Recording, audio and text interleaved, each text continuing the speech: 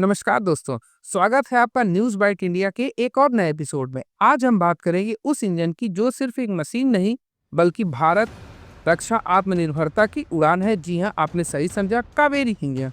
26 मई 2025 दिन सोमवार को सैकड़ों नागरिकों ने रक्षा डिफेंस और एंथुजियास्ट ने सोशल मीडिया पर भारत सरकार से कावेरी इंजन डेवलपमेंट की प्राथमिकता देने और इसमें तेजी लाने का आग्रह किया, जो मिलिट्री एविएशन टेक्नोलॉजी में भारत की आत्मनिर्भरता की खोज का प्रतीक है। नतीजा ये हुआ कि fund for Kaveri engine x यानी ट्विटर पर टॉप में ट्रेंड करने लगा और मानो कावेरी इंजन के बारे में गूगल पर सर्च की बाढ़ सी आ गई, जो जनता के बीच बढ़ती भावनाओं को दर्शाता है। कई लोगों ने पीएम से कावेरी इंजन के लिए more fund and proper resource allocate करने का आह्वान किया। राष्ट्र हित में इसके महत्व पर जोर दिया गया, तो कईयों ने इसके इतिहास से लेकर इसकी पूरी जन्म कुंडली खंगालनी शुरू कर दी। दोस्तों, आज इस वीडियो के माध्यम से हम और हमारी टीम ला रहे हैं आपके लिए कावेरी इंजन के बारे में कंप्लीट जानकारी, यानी complete analysis from A to Z. तो आइए दोस्तों, कावेरी इंजन की इतिहास को खंगालने की कोशिश और शुरुआत शुरू करते हैं। कावेरी इंजन एक स्वदेशी गैस टरबाइन इंजन है। कावेरी इंजन परियोजना की शुरुआत 1980 के दशक में हुई थी, जब भारत ने स्वदेशी जेट इंजन का विकास करने का निर्णय लिया। गैस टरबाइन रिसर्च एस्टेब्लिशमेंट यानी GTRE को 1989 में इस परियोजना की जिम्मेदारी सौंपी गई और Kaveri engine development project KEDP का नाम दिया गया। शुरुआती लक्ष्य विमान के लिए 81 किलो न्यूटन थ्रस्ट वाला इंजन बनाना था।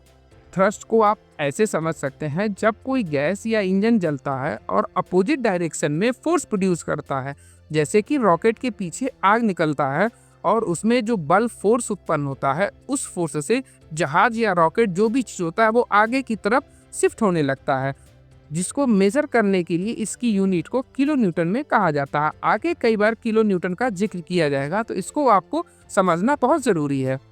1 किलो न्यूटन का मतलब ये होता है 100 किलो वजन उठाने की क्षमता। इसी प्रकार 81 किलो न्यूटन मतलब 8100 किलो यानी 8.1 टन उठाने जितना वो इंजन जोर लगा सकता है। इस कैलकुलेशन की मदद से आप किसी भी रॉकेट, विमान या कार्गो का वेट समझ सकते हैं कि वो कितना पेलोड लेकर जा सकता है, यानी जितना उसका थ्रस्ट होगा उससे कुछ कम वो पेलोड लेकर जा सकता है। लेकिन तकनीकी चुनौतियों के कारण परियोजना विलंबित होती चली गई। कावेरी इंजन की 1990 के दशक में भारत के आर्थिक सुधारों और परमाणु परीक्षणों के दौरान इस प्रोजेक्ट पर काम जारी रहा, लेकिन कई असफलताओं का भारत को सामना करना पड़ा। 2016 में DRDO ने इस प्रोजेक्ट को फिर से शुरू किया।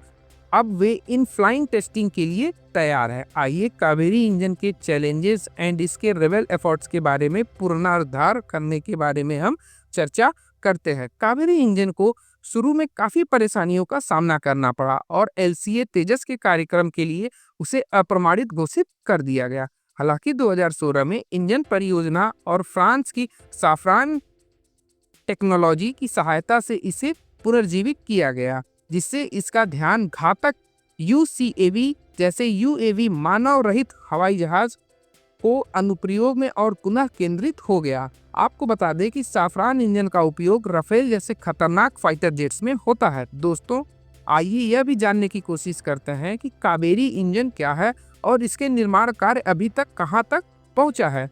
कावेरी एक टर्बोफैन इंजन है, यानी तेज रफ्तार और कम इंजन की खपत के फाइटर जेट्स और ड्रोन के लिए बेस्ट माना गया है। कावेरी इंजन वर्तमान में 49 से 51 किलो न्यूटन का थ्रस्ट उत्पन्न कर सकता है, जो इसके मानव रहित विमान यानी ड्रोन के लिए उपयुक्त माना गया है।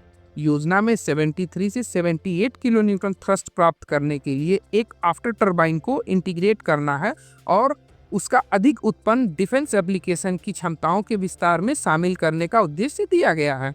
इसका वजन 1180 किलो यानी 1180 किलो है, जिसका डिजाइन ऐसा है कि ऊंचाई और हाई स्पीड में ये दमदार परफॉर्मेंस के साथ काम करता है।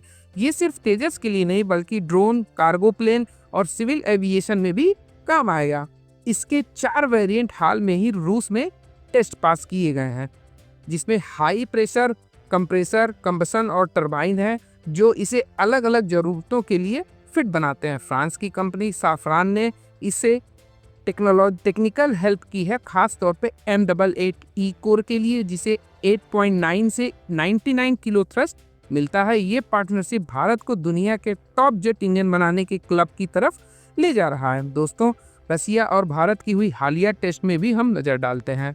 हाल में इस इंजन का रसिया एंड इंडिया के high altitude and ground trials के परीक्षण किए गए।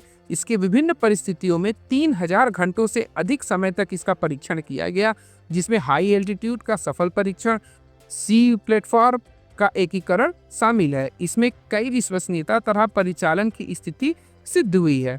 इस परीक्षणों से यह सुनिश्चित हो गया कि इंजन उड़ान के दौरान परीक्षण और परिचालन तैनाती के लिए आवश्यक प्रदर्शन और मानदंडों को पूरा करता है। अब यहाँ आज सोचने वाली बात है कि कावेरी इंजन का टेस्टिंग रसिया में ही क्यों किया गया? क्या अमेरिका, फ्रांस, चाइना, जापान जैसे उन्नत देश में क्यों नहीं किया गया, जब हमें कहीं भी पैसा देना ही है? इसका मुख्य कारण यह है कि रसिया और इंडिया की पुरानी घनिष्ठ मित्रता। दुनिया में हम किसी भी देश पर अगर भरोसा कर सकते हैं तो वह ओनली एंड ओनली वन रसिया है, क्योंकि रसिया के पास 5वीं और 6ठी जनरेशन फाइटर एयरक्राफ्ट इंजन और एडवांस टेक्नोलॉजी मौजूद है। इसलिए सबसे अधिक भरोसा हम रसिया पर ही कर सकते हैं, न कि अमेरिका और चाइना पर।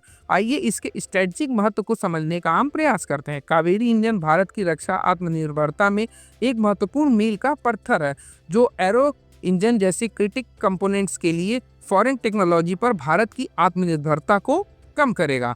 अब यह भारत के स्ट्रेटेजिक डिफेंस कैपेबिलिटी को मजबूत करते हुए स्टील्थ टेक्नोलॉजी, एडवांस ड्रोन और 5th and 6th generation fighter jet के विकास और भारत के बहुप्रतिष्ठित 6th generation fighter jet project और पॉपुलर एमका प्रोजेक्ट भी कहते हैं, इसमें महत्वपूर्ण भूमिका निभाएगा, जिसमें 27 मई 2025 को भारत सरकार द्वारा ऑफिशियल अप्रूवल मिल गया। आइए यह भी जानने की कोशिश करते हैं कि भारत के डिफेंस मॉडर्नाइजेशन पर कावेरी इंजन की सफलता का क्या प्रभाव पड़ेगा। यह सवाल आज की तारीख में हर भारतीय के जुबान पर है। दोस्तों, कावेरी इंजन की सफलता का विकास, स्वदेशी लड़ाकू इंजन बनाने में भारत की क्षमता बढ़ेगी। मेक इन इंडिया में भारत की पहल का योगदान भी मिलेगा। LCA तेजस के प्रोडक्शन में हो रही देरी की सबसे बड़ी वजह यह है कि अमेरिका द्वारा भारत को दिए जाने वाले जनरल इलेक्ट्रॉनिक्स के F404 और तेजस मार्क 2 के लिए F414 इंजन्स को देने में बार बार देरी करना। कावेरी इंजन डेवलपमेंट हो जाने के बाद भारत को इस सिरदर्द से हमेशा के लिए छुटकारा मिल जाएगा। घातक नामक ड्रोन के लिए इंजन के रूप में कावेरी इंजन ग्लोबल डिफेंस के डेवलपमेंट के परिदृश्य में विशेष रूप से स्टेल्थ ऑपरेशन और एरोस्पेस टेक्नोलॉजी में भारत की अनुपस्थिति को मजबूत करता है। इंडिया 6th जनरेशन के फाइटर जेट्स बनाने की दौड़ में है और कावेरी की सफलता सिर्फ प्रतिष्ठा का प्रतीक नहीं बल्कि रणनीतिक जागरूकता भी बन गई है।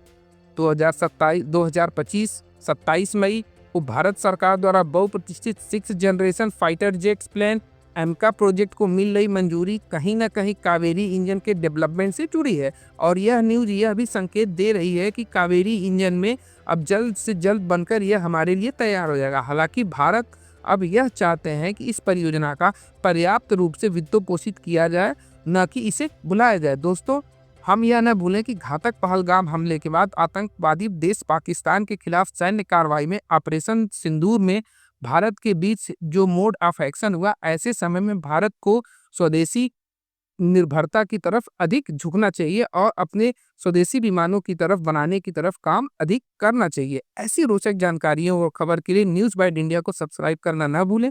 चलिए मिलते हैं अगले दिन किसी और एनालिसिस के लिए। तब तक के लिए नमस्कार, जय हिंद।